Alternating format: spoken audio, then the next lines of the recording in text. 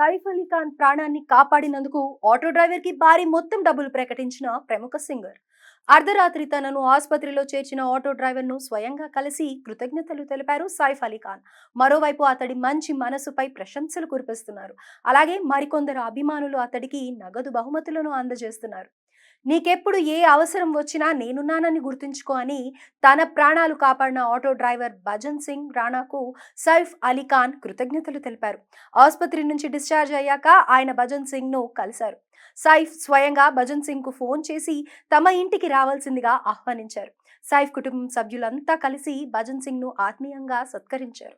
వారిద్దరూ కలిసి దిగిన ఫోటోలు సోషల్ మీడియాలో ప్రస్తుతం వైరల్ అవుతున్నాయి. కత్తిపోట్లకు గురై రక్తం ఓడుతూ ప్రాణాపాయ స్థితిలో ఉన్న సైఫ్ అలీ ఖాన్ ను సమయానికి భజన్ సింగ్ తన ఆటోలో ఆసుపత్రికి చేర్చి ప్రాణాలను కాపాడిన విషయం తెలిసిందే.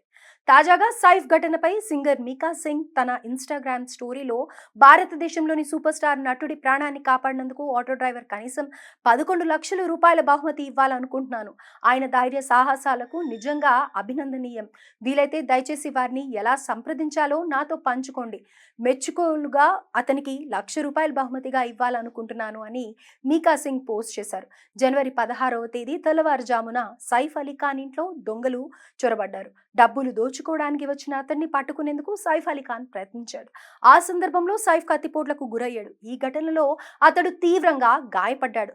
ఆసుపత్రికి తీసుకెళ్లడం కష్టమైంది. ఆ సమయంలో సైఫ్ అతడి కొడుకును ఆసుపత్రికి తీసుకెళ్లాడు భజన్ సింగ్.